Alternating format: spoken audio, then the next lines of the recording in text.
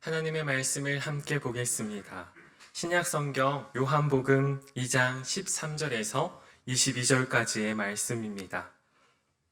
신약성경 요한복음 2장 13절에서 22절까지의 말씀을 제가 봉독해 드리겠습니다.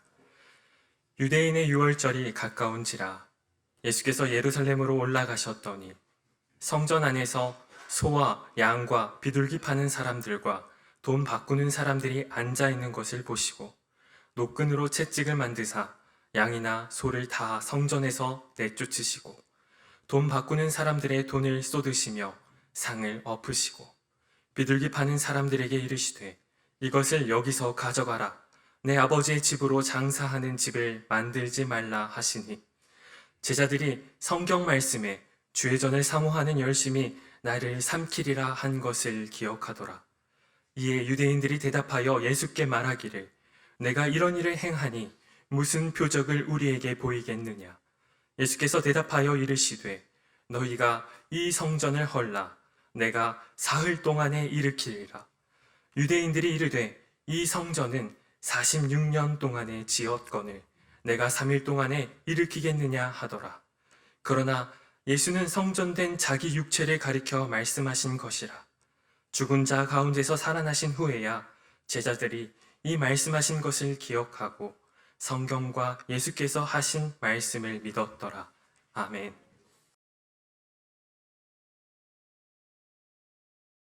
하나님께서 주시는 평안의 말씀을 먼저 여러분들과 한 구절 나누고 오늘 설교를 시작하도록 하겠습니다.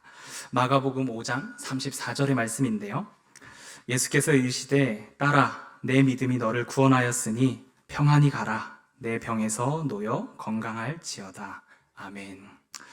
오늘도 우리가 드리는 이 예배와 오늘의 이 말씀을 통하여서 우리 마음 가운데 회복이 되고 또 하나님께서 주시는 온전하고 완전한 평안이 저와 여러분들 가운데 함께 하시기를 간절히 소망합니다.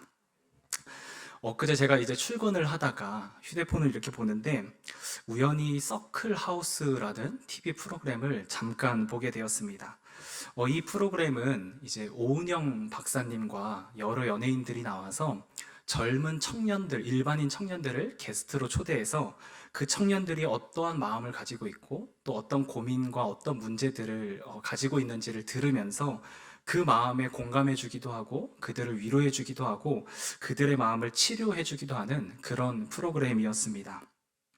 제가 봤던 이야기는 이제 23살의 한 청년의 이야기였는데 이 청년의 고민은 이제 인생의 한 방을 꿈꾸면서 자신이 번 모든 돈을 다 주식 투자하는 것에 쓴다는 것이 이 친구의 고민이었습니다.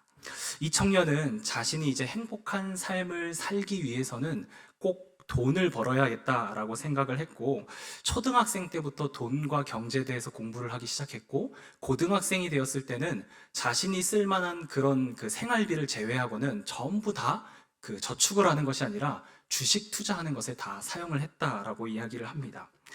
그런데 이 그 주식을 통해서 이 청년이 돈을 많이 벌고 또 돈을 많이 잃고 이것이 이 청년의 문제가 아니라 이 청년은 늘 이제 우리가 주식을 저는 안 하지만 어쨌든 주식을 하게 되면 늘 주식을 살펴보고 또 그 주식을 공부해야 되잖아요. 그러다 보니까 이 청년이 점점 주식에 투자하는 시간이 많아진다는 것이 이 청년이 가지고 있는 문제였습니다. 아직 23살밖에 되지 않은 청년이었는데 친구들을 사귀거나 친구들과 시간을 보내면서 영화를 본다거나 또 운동을 한다는 것에는 전혀 흥미와 관심이 없었고 이 친구는 오로지 주식하는 것에만 관심을 갖고 주식하는 것에만 몰두해서 살아간다는 것이 이 친구가 가지고 있는 가장 큰 문제였습니다. 주식을 하는 일 외의 것은 다 비생산적인 일 그리고 가치가 없는 일로 여기면서 다른 것들은 하지 않는 그런 모습을 보여주었습니다. 그리고 이 청년이 그래도 이제 월급을 받으면서 일하고 있는 직장이 있었는데 이 직장도 오전과 오후에는 주식을 살펴봐야 되잖아요. 그러니까 그 시간에 방해를 받고 싶지 않아서 늘 야간에 하는 일을 구하면서 야간에 일들을 하는 그런 모습도 보여주었습니다. 자신의 모든 에너지와 자신의 모든 생각과 젊은 이 청춘의 시간을 오직 주식에만 투자하고 그렇게 살고 있는 그런 상황이었습니다. 저는 이 청년의 이야기를 보면서 마치 이 청년이 행복하게 살고 싶다라고 하는 그 본래 목적은 사라져버리고 돈을 많이 벌어야겠다라는 것이 이 친구의 삶의 목적이 되었구나라는 생각이 들었습니다. 이 청년의 본래 목적은 분명히 행복하게 사는 것이었습니다. 행복해지기 위해서 주식에 투자를 한 거고 행복해지기 위해서 돈을 벌고 싶었던 것인데 어느 순간 돌아보니까 행복하게 살고 싶다라고 하는 그 본래 목적은 사라지고 돈을 많이 벌어야겠다라는 그것이 이 친구의 삶의 목적이 되어버린 것입니다. 우리도 삶을 살아가다 보면 이와 같이 본래의 목적을 잃어버린 채 살아갈 때가 참 많이 있습니다. 예를 들어서 자녀를 키울 때에도 우리 자녀가 조금 더 나은 삶을 살게 하기 위해서 또 행복한 삶, 조금 더 건강한 삶을 살게 하기 위해서 이 아이에게 공부도 시키고 학원도 보내고 이것저것 가르치는 일들을 했는데 어느 순간 돌아보면 이 아이의 삶 속에서 더 나은 삶, 행복한 삶을 살고자 하는 그 목적은 사라져버리고 오직 공부를 열심히 하는 것에만 이 아이가 목적을 갖게 되는 그런 경우도 우리는 보게 됩니다. 또 우리 자녀가 좀 하나님을 잘 믿었으면 좋겠다라는 그런 목적을 가지고 아이를 데리고 교회에 나오는데 어느 순간 돌아보면 하나님을 잘 믿었으면 좋겠다라는 그 목적은 사라지고 이 아이가 예배에 빠지면 안 돼. 주일에는 반드시 설교를 들어야만 해. 라는 것만이 목적이 되는 그런 경우들도 있습니다.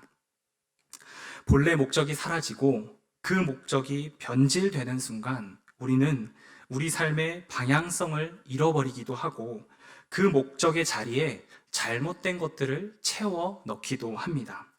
그렇게 잘못된 것들을 채워 넣음으로 인해서 우리 삶 전체가 흔들려 버리는 경우도 생기고 우리가 그것으로 인하여서 불안함을 느끼고 우리가 가지고 있던 모든 평안함을 빼앗아 버리는 일도 생기게 됩니다. 우리가 오늘 읽은 이 본문은 예수님께서 성전을 깨끗하게 만드신 성전 청결 사건을 다루고 있는 본문입니다. 이 본문은 성전이라고 하는 것이 본래 가지고 있는 그 목적을 잃어버렸을 때, 성전이라고 하는 것이 본래의 목적이 변질되었을 때 어떠한 일이 일어나게 되는지 아주 잘 드러내 보여주는 본문이라고 할 수 있습니다. 오늘 일어난 이 사건은 유대인의 절기인 유월절에 일어난 사건이었습니다. 유월절이라고 함은 출애굽 시절에 10가지 재앙을 통해서 이집트 사람들을 심판하셨던 그 전능하신 하나님을 기억하는 절기이고 또 이스라엘 백성들을 바로의 손으로부터 구원해 주신 그 구원의 하나님을 기념하는 절기가 바로 유월절입니다. 이 절기가 되면 하나님을 믿는 모든 사람들은 예루살렘으로 와야 했고 예루살렘에 와서 성전에 나아가서 하나님께 제사를 올려 드려야 했습니다. 그래서 유월절이 되면 이 예루살렘 성전에는 하나님을 예배하는 예배자들이 가득해야 했고요. 또 하나님을 예배하는 찬양의 소리로 가득해야 했습니다. 그것이 본래 이 유월절과 성전의 목적 그대로의 모습을 이룬 모습이라고 할 수 있습니다. 그런데 오늘 본문은 이 유월절을 맞이한 하나님의 성전에 하나님을 예배하는 예배자들이 가득한 것이 아니라 장사를 하는 장사꾼들이 가득했다라고 말해주고 있습니다. 장사하는 사람들이 이 성전에 가득했던 이유를 잠시 살펴보면 앞서 말씀드렸듯이 유월절이 되면 모든 사람들이 다 예루살렘에 와서 하나님께 제사를 드려야 한다라고 말씀드렸습니다. 먼 곳에 살고 있는 사람들도 예루살렘으로 와야 했고 다른 나라에 흩어져 있는 사람들도 다 이 예루살렘에 와서 제사를 드려야 했습니다. 그런데 문제가 뭐냐면 이들이 멀리 살고 있고 다른 나라에 살고 있는 그곳에서부터 하나님께 제사를 드릴 제물을, 즉 소와 양과 같은 그 동물들을 끌고 예루살렘까지 온다는 것이 정말 어려운 일이었습니다. 그래서 이 먼 곳에 있는 사람들은 제물을 집에서부터 끌고 오는 것이 아니라 돈을 가지고 와서 이 예루살렘 성전 주변에서 열리는 시장으로 가서 그 시장에서 제물들을 사다가 하나님께 제사를 올려드리곤 했습니다.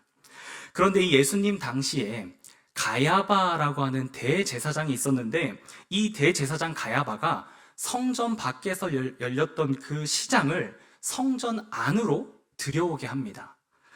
재물을 사고 파는 그 행위를 성전 밖에서 하게 하는 것이 아니라 이 성전 안에 들어와서 하게끔 합니다. 대제사장이 왜 이 장사를 성전 안에서 하게 했을까요? 장사하는 사람들과 제사 드리는 사람들의 편의를 봐주기 위해서 이러한 조치를 취했을까? 아니었습니다. 이 조치는 순전히 대제사장인 자신들을 위해서 만들어낸 일이었습니다. 상인들이 성전에 들어와서 장사를 할 때 그냥 그곳에서 장사를 할 수 있었던 것이 아니었습니다. 그곳에서 자리세를 내야지만 이 성전 안에서 장사를 할 수 있었습니다. 그 장사꾼들이 낸 자리세가 누구에게 갔을까요? 당연히 대제사장들의 주머니로 들어갔던 것입니다. 그러니까 이 장사꾼들을 안으로 들인다는 것은 대제사장들의 주머니를 불리는 일입니다. 그리고 오늘 본문 15절을 보면 돈을 바꾸는 사람들이 있다라고 나오고 있습니다. 이 사람들은 돈을 환전해주는 사람들이었어요.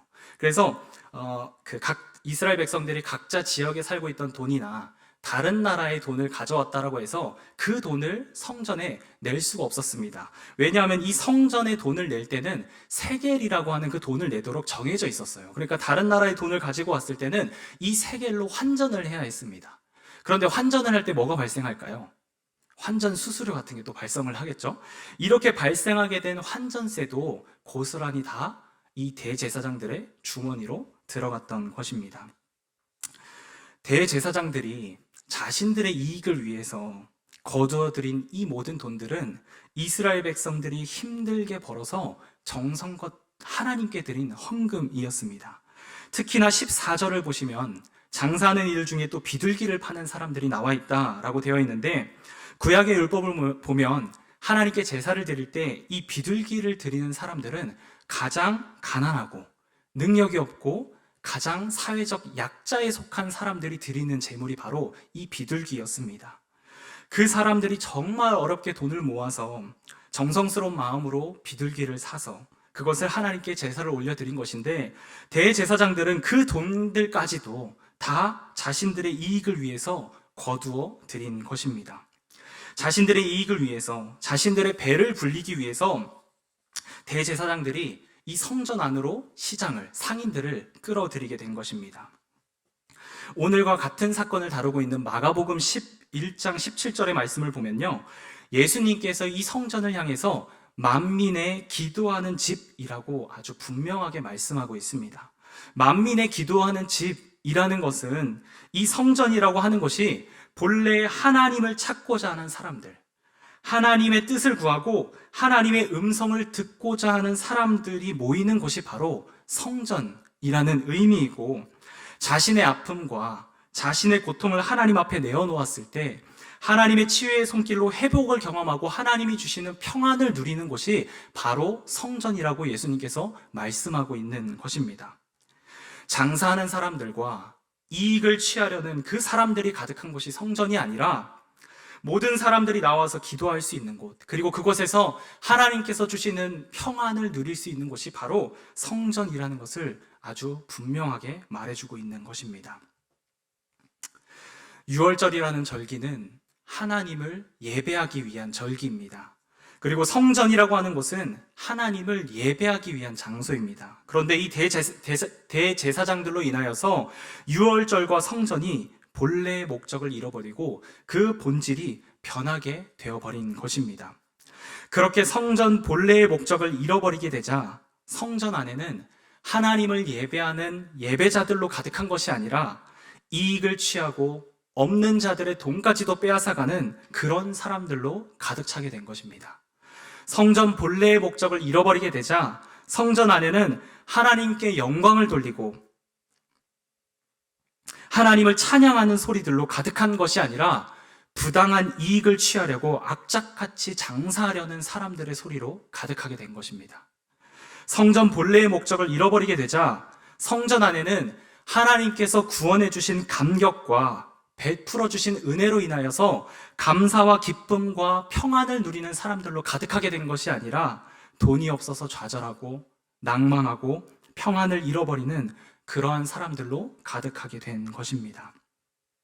세상과 구별되어서 가장 거룩한 장소가 되어야 할 곳이 바로 이 성전인데, 이 대제사장들로 인하여서 가장 더럽고 가장 추악하고 세상보다 더 더러운 곳이 되어버린 것입니다. 제가 10년 전쯤에 이스라엘로 선교 여행을 갔을 때 성지순례를 하면서 골고다 언덕에 간 적이 있습니다. 그곳에는 이제 예수님께서 십자가를 지고 걸으셨다라고 알려진 십자가의 길이라고 하는 길이 있습니다. 그곳에 가기 전에 막 드라마틱하게 그곳에 가면 예수님의 흔적이 있을 거야, 예수님의 십자가가 있을 거야 라는 기대를 하지는 않았어요. 그런데도 그래도 예수님이 십자가를 직접 지고 올라가셨다라고 알려진 그런 길이니까 내심 굉장히 기대하는 마음과 들떠있는 마음으로 그곳에 갔습니다. 그런데 막상 그곳에 도착을 해보니 제가 생각하는 것과는 굉장히 다른 모습이 펼쳐져 있어서 아주 크게 실망했던 기억이 있습니다. 예수님과 십자가의 흔적이 없는 것은 당연한 일이었고, 도리어 그것에 수많은 상인들이 자리를 잡고 있었고, 이 순례자들을 대상으로 어떻게 해서든 그 돈을 벌기 위해서 계속해서 접근하고 말을 걸고 물건 좀 사라고 막 소리를 치는 통에 그 길을 올라가면서 예수님과 십자가에 대해서는 묵상을 전혀 하지 못하고 아주 정신없이 그 언덕을 올라갔던 기억이 있습니다. 오늘 본문 속 예루살렘 성전의 모습이 마치 그런 모습이 아닐까. 기도하는 사람들과 잠잠히 머무르면서 하나님의 평안을 기다리는 그러한 사람들로 가득한 성전의 모습이 아니라 온갖 장사꾼들과 동물들의 울음소리와 서로 사람들이 고성이 오고 가는 그런 시끄러운 소리가 가득했던 성전의 모습이 오늘 본문이 말해주는 그런 모습이 아닐까 생각이 들었습니다. 성경을 보면 여러 곳에서 하나님을 믿는 우리를 향하여서 우리가 하나님의 거룩한 성전이라고 말해주고 있습니다. 고린도전서 3장 16절에서 17절의 말씀을 보면 이렇게 나와 있습니다. 너희는 너희가 하나님의 성전인 것과 하나님의 성령이 너희 안에 계시는 것을 알지 못하느냐? 누구든지 하나님의 성전을 더럽히면 하나님이 그 사람을 멸하시리라. 하나님의 성전은 거룩하니 너희도 그러하니라. 고린도전서 6장 19절에서 20절 말씀도 보면 이렇게 나와 있어요. 너희 몸은 너희가 하나님께로부터 받은 바 너희 가운데 계신 성령의 전인 줄을 알지 못하느냐? 너희는 너희 자신의 것이 아니라 값으로 산 것이 되었으니 그런즉 너희 몸으로 하나님께 영광을 돌리라. 아멘. 성경은 계속해서 우리를 향하여 하나님의 거룩한 성전이라고 말씀해주고 있습니다. 성전의 본래 목적은 사람들로 하여금 하나님을 예배하게 하고 사람들로 하여금 하나님의 평안을 누리게 하는 것이 본래 목적입니다. 그렇게 본다면 하나님의 거룩한 성전인 우리 역시도 우리가 삶을 살아가는 목적 역시도 하나님을 예배하는 것이 우리 삶의 목적이고 하나님께서 우리에게 주시는 평안을 누리는 것이 우리의 목적이라고 할 수 있습니다. 하나님께서는 우리로 하나님을 예배하는 존재로 만드셨습니다. 그리고 하나님께서는 우리를 하나님이 주시는 평안을 마음껏 누리면서 행복하게 살도록 만드셨습니다. 그런데 하나님을 예배하지 않고 그 평안을 누리지 않는다라는 것은 성전 본래의 목적을 잃어버린 모습과도 같은 것입니다. 그리고 그 본래 목적을 잃어버린 채 우리가 계속해서 살아가다 보면 우리 이 성전 마음 안에 점차 장사꾼들이 자리 잡게 되는 거예요. 나의 이익을 채우기 위해서 세상의 방법과 방식들 그리고 세상의 가치관들이 계속해서 내 마음 가운데 자리 잡게 되는 것입니다. 저희가 지난주부터 이 요한복음을 시작으로 말씀 필사를 시작했습니다. 이 요한복음은 사복음서에 속해 있는 책이긴 하지만 마태, 마가, 누가복음과는 조금 구분해서 다뤄질 때가 많이 있습니다. 그 이유를 몇 가지 말씀을 드리자면 마태, 마가, 누가복음은 공간복음이라고 해서 예수님께서 동정녀 마리아에게서 태어나신 이야기를 시작으로 세례를 받으시는 이야기, 그 다음에 시험을 당하시고 사역을 시작하시는 그런 이야기, 십자가에서 죽으시고 부활하신 이야기, 이런 식으로 주로 예수님께서 행하셨던 일들을 다루면서 그 사역들을 중심으로 그 내용이 흘러가는 게 공간복음입니다. 그런데 이 요한복음은 그런 흐름을 전혀 따르지 않고 예수님의 일들과 사역들을 집중적으로 다루기보다는 예수님이라고 하는 이 존재에 대해서 영적으로 그리고 신앙적으로 증언하는 일에 더 집중되어 있는 책이 바로 이 요한복음입니다. 그래서 요한복음의 시작인 1장 1절의 말씀도 보면 이렇게 나와 있어요. 태초에 말씀이 계시니라. 이 말씀이 하나님과 함께 계셨으니 이 말씀은 곧 하나님이시니라. 아멘. 예수님의 탄생 이야기로 시작하는 것이 아니라 창세전부터 말씀, 즉 로고스가 있었는데 그 로고스 말씀이 하나님과 함께 계셨고 그 말씀이 곧 예수님이다 라는 식으로 예수님이 어떤 분이신지를 증언하는 말로 이 요한복음이 시작이 되고 있습니다. 그래서 공간복음서에서는 예수님께서 자기 자신이 하나님의 아들이시라는 것을 막 드러내면서 다니지 않습니다. 그런데 이 요한복음에서는 예수님께서 스스로 자기 자신이 누구인지, 자기 자신이 하나님의 아들이시라는 것을 스스로 드러내면서 말씀하시는 부분들이 굉장히 많이 나타나고 있습니다. 그래서 우리가 너무나 잘 알고 있는 예수님께서 나는 생명의 떡이다. 나는 세상의 빛이다. 나는 부활이요 생명이다. 나는 길이요 진리요 생명이다. 라고 자기 자신에 대해서 증언한 그 말씀들이 다 이 요한복음에 나타나고 있습니다. 그리고 이러한 차이점은 예수님께서 행하신 사건들을 보도하는 부분에서도 차이점을 보이고 있는데요. 요한복음에서는 이 예수님이 행하신 놀라운 일들과 기적들에 대해서 표적이라는 단어를 사용해서 나오고 있습니다.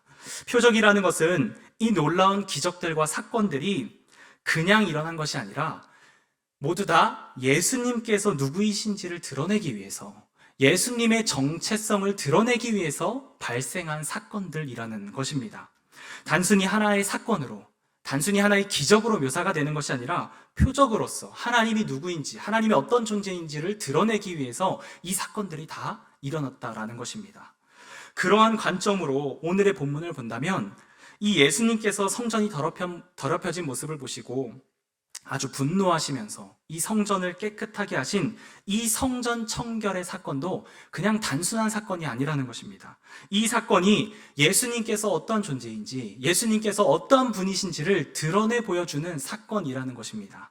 이 사건은 본래의 목적을 잃어버리고 온갖 더러운 세상의 것들로 가득 채워진 이 성전을 깨끗하게 하고 정결하게 하실 수 있는 유일한 분이 바로 예수 그리스도이심을 보여주는 사건인 것입니다.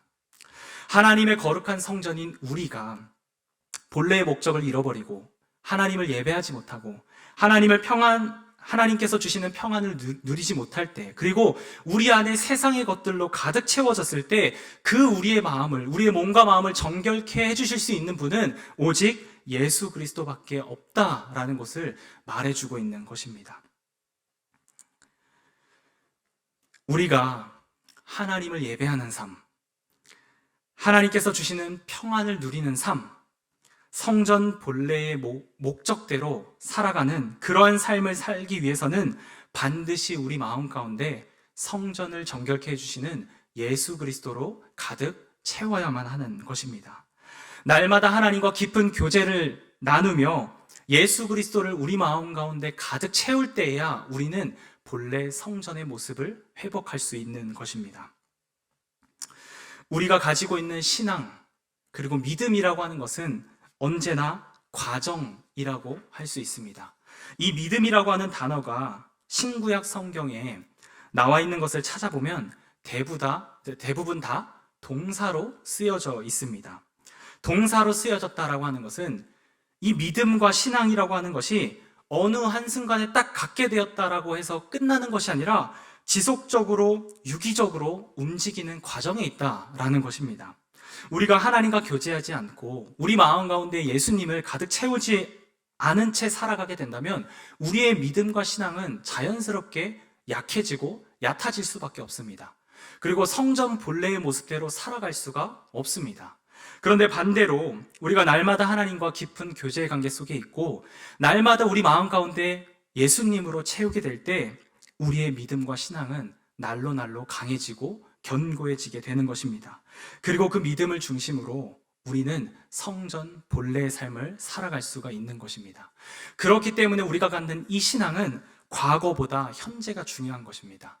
내가 지금 이 현재, 과거에 어떤 일이 있었던가 하는 것보다 내가 지금 이 현재 하나님과 어떠한 관계 속에 살아가고 있는가, 그것이 더 중요한 것입니다. 우리가 인생을 살아가다 보면 정말 힘들고 감당하기 어려울 만큼 벅찬 일들이 우리에게 닥쳐올 때가 있습니다. 그 일이 너무나도 크게 다가와서 내가 지금 당장 무엇을 해야 하고 내가 어떻게 이 일을 헤쳐나가야 할지 그 방향을 잡지 못할 정도로 마음이 힘들어질 때가 있습니다. 여러분들이 아실지 모르겠지만 엊그제 금요일과 토요일이 저에게는 그런 시간이었습니다. 이 금요일 오전에 출근을 하는데 장 목사님께 카톡이 왔어요. 신 목사님, 제가 목이 아파서 병원에 가고 있는데 마음의 준비를 좀 하셔야 될 것 같습니다. 라고 카톡이 왔습니다. 그 카톡을 받는 순간 제 심장이 철컥 내려앉았어요. 그리고 그때부터 제 손이 막 떨리기 시작하면서 읽고 있던 책이 제 머릿속에 하나도 안 들어오고 정말 말 그대로 머릿속이 하얗게 됐습니다. 그래도 아직 목사님이 확진된 게 아니니까 그래 괜찮을 거야, 그런 일이 일어나지 않을 거야 라고 생각하면서 이 교회에 와서 이제 도착을 해서 성경을 펴고 이제 말씀을 묵상하고 있었습니다. 그런데 그때 목사님께 두 번째 카톡이 왔어요. 신 목사님, 코로나 양성이래요. 어떡해요? 목사님이 주일 설교를 해줘야 될 것 같습니다. 정말 미안합니다. 이렇게 목사님 카톡이 왔습니다. 뭐 그게 그렇게 큰일인가? 목사님이 설교 준비하는 게 뭐가 그렇게 어렵다고 라고 생각하시는 분들이 계실지 모르겠지만 목회자들에게 있어서 이 주일 설교라고 하는 것은 그 다른 어떤 설교들보다 큰 부담으로 다가오게 됩니다. 그리고 제가 주로 하는 이 청소년부 설교도 저는 이제 일주일 내내 준비를 막 하면서도 늘 부족하다 느끼고 아이들 앞에서 말씀을 전할 때 늘 떨리는 마음으로 말씀을 전하거든요. 그런데 주일 설교에다가 어른들을 대상으로 설교를 하는 것에다가 심지어 유튜브에 송출도 되는 데다가 무엇보다 제가 이 설교를 준비할 수 있는 시간이 금요일과 토요일 이틀밖에 없다는 것이 저의 마음을 너무나도 힘들게 만들었습니다. 그 순간부터 제 마음이 조급해지기 시작했어요. 이거 아직 설교 본문도 못 정했고 어떤 주제도 못 정했고 설교의 흐름과 구성도 못 정했는데 이거 뭐 어떻게 해야 하지? 내가 뭐부터 시작해야 되지? 뭘 해야 되지? 라는 식으로 온갖 생각들이 제 머릿속에 둥둥 떠다니기 시작했습니다. 그리고 보통 저희가 이제 금요일에 이제 주보를 완성을 하기 때문에 제가 빨리 이제 권전도사님께 설교 본문과 제목과 찬송가를 넘겨줘야 이 주보가 완성이 되는데 그런 것들도 하나도 정해져 있지 않으니까 제 마음이 너무나 조급해지기 시작했습니다. 그래서 그 조급한 마음을 안고 일단 아침에 묵상했던 본문부터 펼쳐보고 그 다음에 관련 주석들을 막 다 찾아보기 시작했어요. 그리고 요한복음에 해당하는 책들을 다 찾아보기 시작했습니다. 뿐만 아니라 제가 이때까지 묵상했던 것들도 다 뒤져보고 생각을 정리했던 거, 메모했던 거 다 뒤져보기 시작했어요. 그런데 그 많은 것들을 보는데도 아무것도 제 마음속에 와닿지가 않는 거예요. 제 머릿속에 그 어떤 것들도 들어오지 않고 다 둥둥둥 떠다니기만 하는 것이었습니다. 그리고 제가 더 마음이 어려웠던 게 뭐냐면 제가 전해야 할 설교가 평안과 샬롬이잖아요. 그런데 제 마음에 평안이 하나도 없는 거예요. 평안을 전해야 할 이 설교자의 마음에 평안이 없으니까 제 마음이 너무나 어려운 거예요. 그래서 옆에서 정말 누가 저를 툭 건들기라도 하면 제가 진짜 눈물을 왈칵 쏟을 것만 같은 그런 심정이었습니다. 그래서 빨리 본문도 정해야 되고 주제도 정해야 되지만 그 모든 것들이 머릿속에 들어오지 않기에 다 내려놨습니다. 내려놓고 잠시 멈추고 이 본당에 와서 하나님께 기도하기 시작했습니다. 하나님 정말 도와주셔야 됩니다. 어떻게 하면 좋을까요? 정 안 되시면은 본문이라도 생각나게 해주세요. 라고 하나님께 정말 간절하게 기도했어요. 그런데 그 순간에 제 신대원 동기에게서 전화 한 통이 딱 걸려오는 거예요.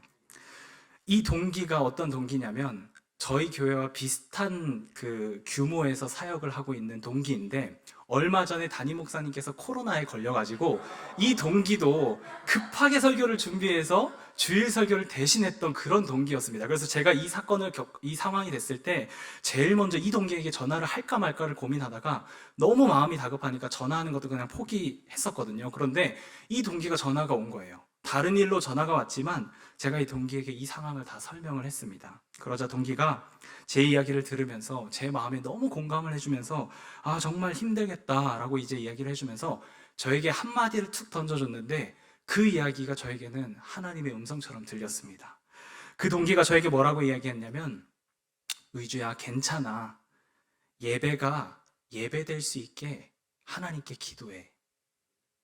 예배가 예배될 수 있게 하나님 앞에 기도해 라는 이야기를 해주었어요. 저는 그 이야기를 듣는 순간, 그렇지. 내가 본래 설교를 하기 위한 목적은 하나님을 예배하기 위함이었지. 설교를 하는 나도 그렇고 설교를 듣는 모든 분들도 다 하나님을 예배할 수 있기 위해서 내가 설교를 하는 거지. 남들에게 인정을 받기 위해서, 설교를 잘하기 위해서, 창피하지 않기 위해서 내가 설교를 하는 것이 아니라 모든 이들로 하여금 심지어 나까지도 하나님을 예배하기 위해서 내가 설교를 하는 거지 라는 생각이 들었습니다.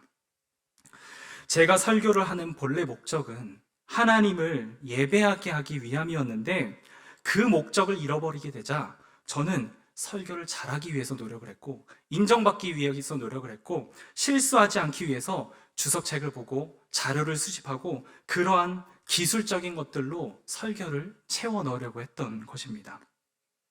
성전의 본래 목적을 잃어버리게 되자 성전에 마땅히 있어야 할 것들이 없고 헛된 것들로 채워졌던 것처럼 제 마음도 마땅히 있어야 될 그 마음이 있는 것이 아니라 헛된 것들로 채우려고 했던 것입니다. 그래서 그 전화를 끊고 가만히 이 자리에 앉아서 딱 한 가지를 놓고 하나님께 계속 기도했습니다. 하나님, 오늘 드리는 이 예배가 하나님이 받으시는 예배가 되게 해주시고 예배를 드리는 모든 이들이 하나님을 예배하는 예배가 될 수 있게 해달라고 하나님께 기도했습니다. 사랑하는 여러분, 우리는 하나님의 거룩한 성전입니다. 하나님은 우리를 예배하는 존재로 만드셨고 우리가 하나님이 주시는 평안을 마음껏 누릴 수 있는 존재로 살아갈 수 있도록 그런 목적을 가지고 살아갈 수 있도록 만들어 주셨습니다. 때로는 우리가 급박한 일들과 벅찬 일들로 인해서 그 목적을 잃어버리고 우리 안에 세상의 것들로 가득 채우고 세상의 가치관들과 세상의 방법들로 가득 채우려 할 수 있습니다. 그런데 그럴 때 그냥 그렇게 세상의 것들로 가득 채워진 채로 살아가는 것이 아니라 목적을 잃어버린 채로 살아가는 것이 아니라 우리 안에 성전을 깨끗하게 해주시는 예수 그리스도를 가득 채움으로 인해서 성전 본래의 모습을 회복하고 나아가는 저와 여러분들이 되었으면 좋겠습니다. 그래서 하나님께서 주시는 그 참된 평안을 마음껏 누리게 되는 저와 여러분들이 되기를 간절히 소망합니다. 우리 주신 말씀 기억하면서 함께 기도하겠습니다. 사랑의 하나님, 우리가 날마다 성전을 깨끗게 하시는 그 예수님을 우리 마음 가운데 가득 채움으로 인하여서 하나님을 예배하는 삶, 하나님께서 주시는 평안을 누리는 삶을 살기를 간절히 소망합니다. 세상의 것들과 장사꾼들로 가득한 성전의 모습이 아니라 하나님께 기도하고 하나님께서 주시는 평안을 누리는 모습들로 가득한 그러한 성전의 모습으로 살아가는 저희가 되게 주님 도와주시옵소서.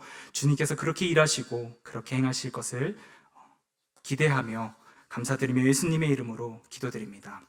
아멘.